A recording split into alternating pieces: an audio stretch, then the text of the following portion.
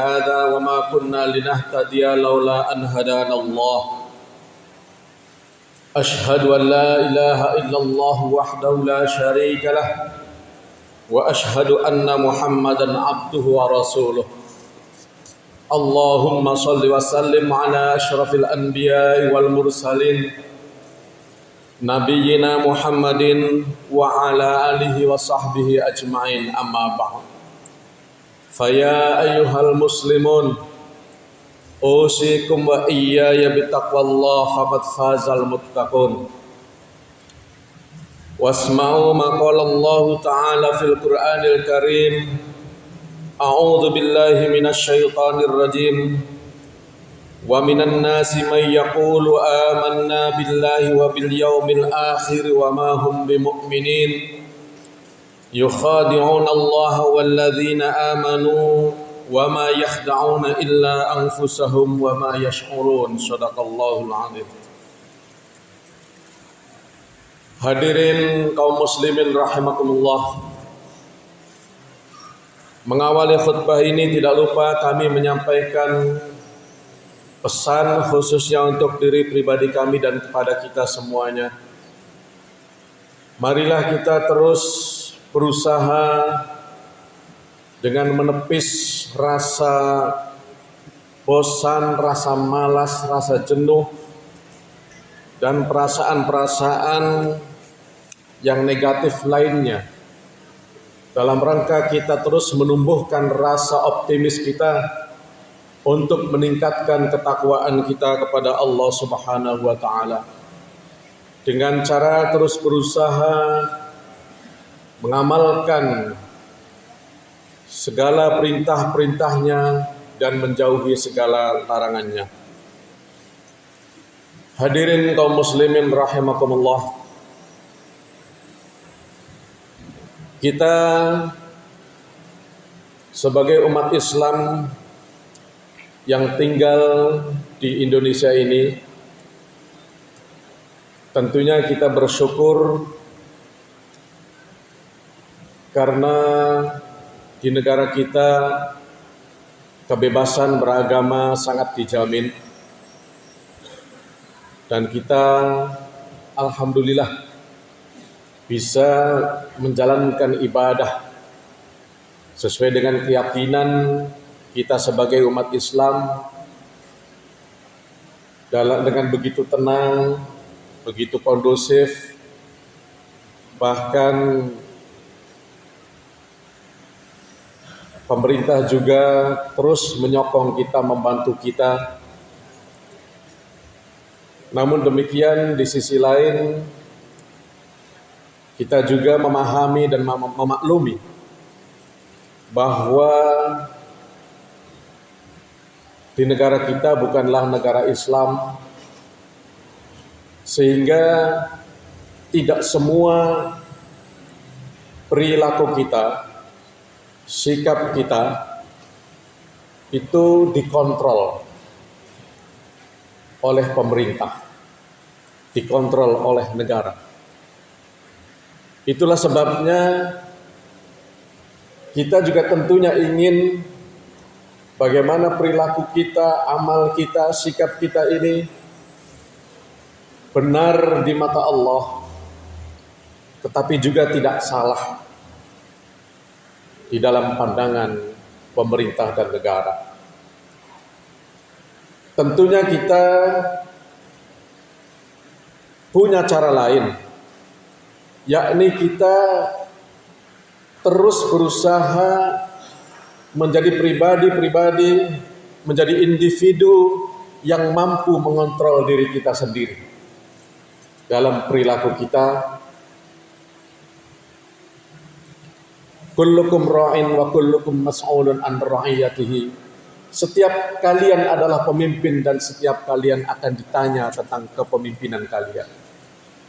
Salah satunya tentunya sebelum kita memimpin orang lain, kita harus mampu dan berusaha memimpin diri kita sendiri. Bagaimana sikap kita, keyakinan kita, iman kita, perilaku kita, dan sebagainya. Salah satu yang harus kita jaga oleh diri kita sendiri, dalam rangka kita memimpin diri kita sendiri, adalah kita tidak terjebak pada kemunafikan. Kita tidak terjebak pada hatinya orang munafik. Kita tidak terjebak pada sikap dan perilakunya orang-orang munafik. Karena kalau kita pelajari dari ayat-ayat Al-Quran maupun hadis Rasulullah, sungguh sangat ngeri siksaan yang akan Allah timpakan kepada orang-orang munafik. Munafik itu sendiri kalau kita lihat maknanya, itu secara definitif adalah mereka atau siapapun di antara kita yang berpura-pura. Dalam skop global, orang munafik itu berpura-pura memeluk agama Islam padahal hatinya benci kepada Islam. Nah, ini bahaya. Kita pernah dengar kisah Senop Horgronye. Kita pernah dengar juga kisah-kisah tokoh-tokoh lain yang ingin menghancurkan Islam dari dalam. Di luarnya dia tokoh, dia hebat.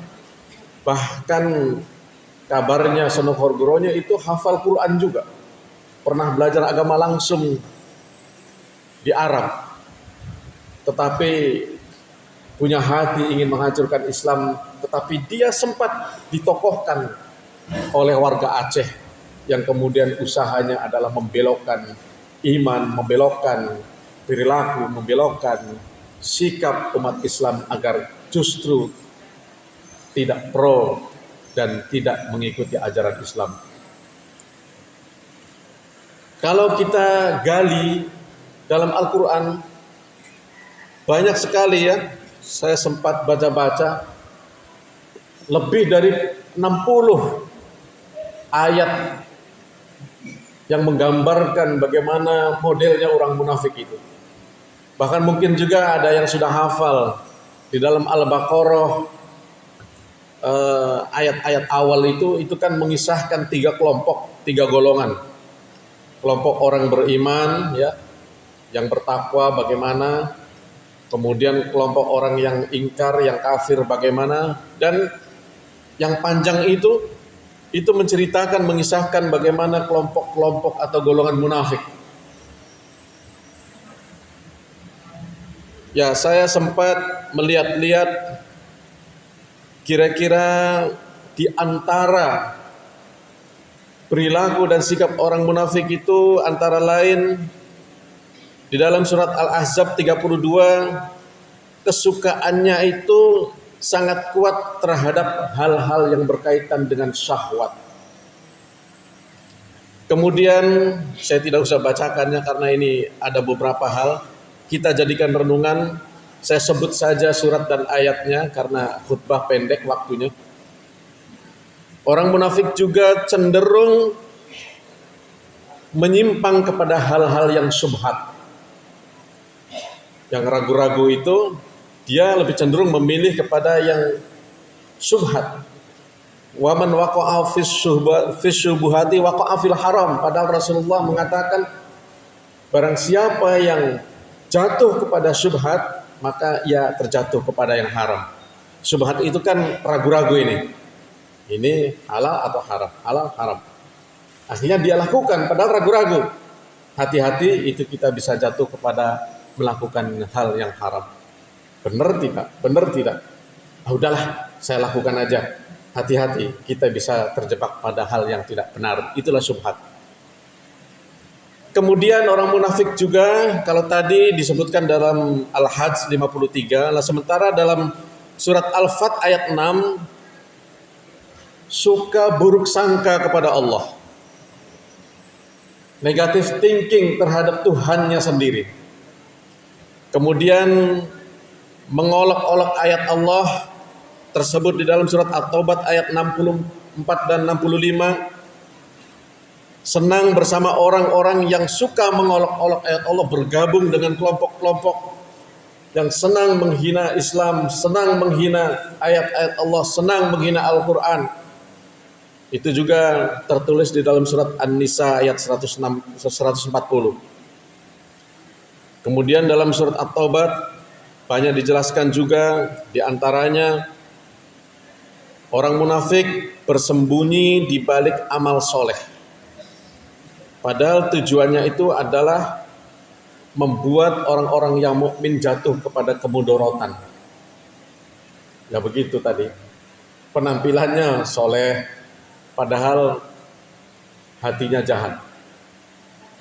Kemudian senang memecah belah persatuan kaum mukminin atau umat Islam, bersekongkol dengan kejahatan, memperbesar hobinya perselisihan. Kalau ada perseteruan, pertengkaran sesama umat Islam, orang munafik hobinya itu perseteruannya diteruskan, dibesarkan, kemudian disuruh berkelahi. Naudzubillah, summa naudzubillah. Kemudian orang munafik juga dicap oleh Allah sebagai orang yang suka membuat kerusakan di muka bumi. Pokoknya kalau sudah damai, sudah aman, bikin keributan, bikin masalah. Itu ada di dalam surat At-Taubah ayat 107. Mengklaim dirinya melakukan perbuatan yang baik, ngakunya baik, padahal di mata Allah itu tidak baik. Itu dalam surat Al-Baqarah. Kelanjutannya dari ayat yang saya bacakan di awal tadi ada pada ayat 11 dan ayat 12. Mengolok-olok menuduh orang mukmin sebagai orang bodoh. Dianggap orang yang beriman ini oleh orang-orang munafik itu adalah orang yang berhayal, berhalusinasi. Ya karena mempercayai hal-hal yang tidak bisa dilihat, hal-hal yang gaib. Itu dianggapnya sebagai kebodohan.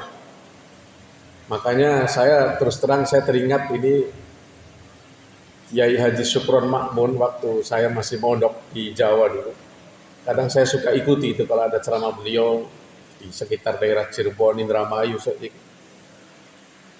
Beliau pernah bercerita, saya katanya pernah berdebat dengan orang barat yang sekuler.